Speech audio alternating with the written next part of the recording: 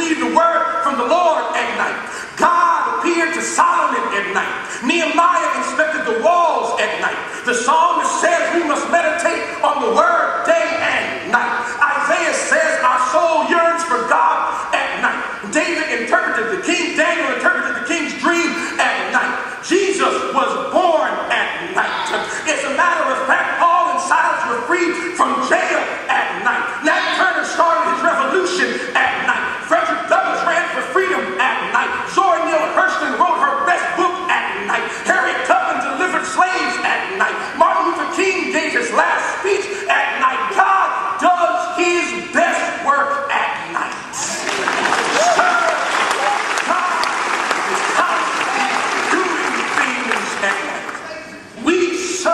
God who works the night shift.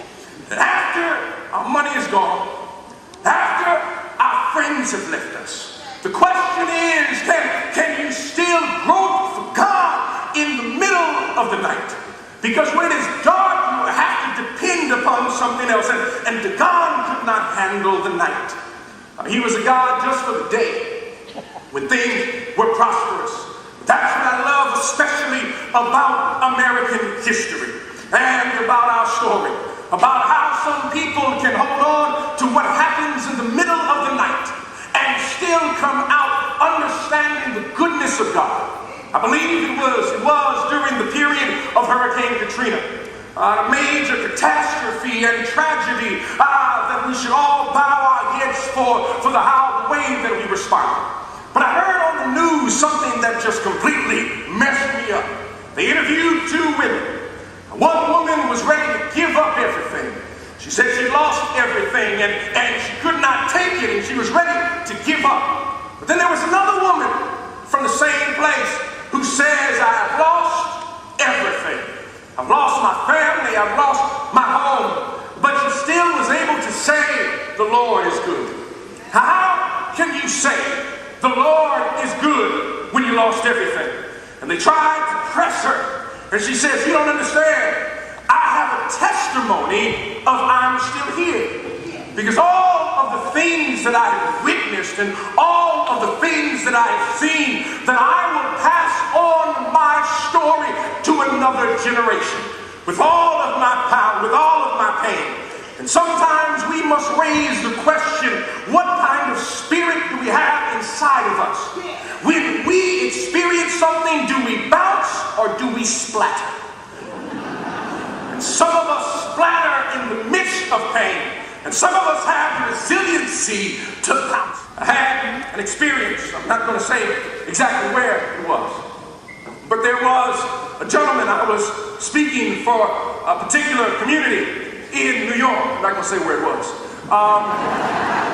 Not too far from Buffalo. I'm not going to say where it was. A few years ago, and the gentleman came up to me and said, Moss, you seem to be a rather intelligent gentleman. You seem to be a rather articulate gentleman.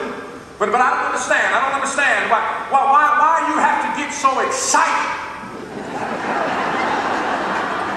when you talk about stuff. If you would just stand there and not move, we would be able to hear you much better.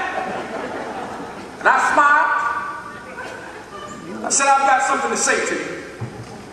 He said, you have to understand. He kept on. He said, you went to Yale. Boy, you're educated. You don't need to do all of that. I said, oh, you just messed up.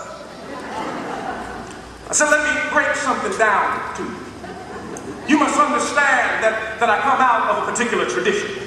But my particular tradition, don't ever mistake my admission or the idea of being passionate, lacking any type of intellectual depth. Don't ever mistake this. But I want you to understand something within my tradition that is called a response tradition, where in the midst of the minister speaking, that the minister becomes a living midwife and embodies the text as he communicates. But I also want you to understand that I can break it down intellectually for you if you want me to. I can say Jesus is the ontological beginning that gives us existential understanding that moves us to eschatological hope. But it's much easier for me to stand up here and say, thank you, Jesus. It's the same thing.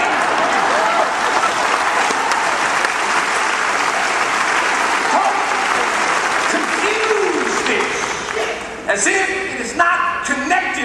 It is mind, body, and soul. That may not be your tradition. That's fine with me. But you must understand, I come from a jazz tradition. Don't stop my solo.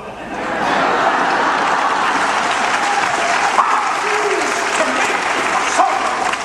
You can choose to solo however you want to.